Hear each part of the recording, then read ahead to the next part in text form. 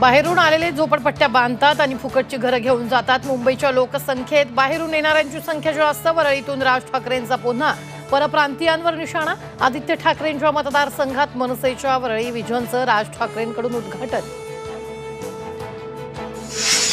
मुंबई विद्यापीठ सीनेट निवडणूक 24 सप्टेंबरला तर 27 सप्टेंबरला निकाल। सुरक्षा आणि तयारीसाठी विद्यापीठानं हायकोर्टाकडे मागितली वाढीव वेळ।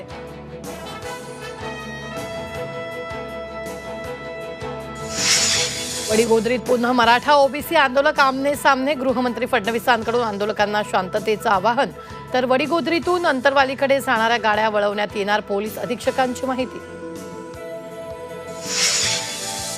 कुणाच्याही आंदोलनाला आमचा विरोध नाही, मात्र इथं येऊन ताकद दाखवू नका। जरांगेंचा हाकेंना इशारा। भुजबळ धनगर मराठ्यात भांडण लावत असल्याचाही आरोप। विधानसभेपूर्वी शरद पवारांची मोठी खेळी। राष्ट्रवादी काँग्रेस पक्ष आणि घड्याळ चिन्हाचा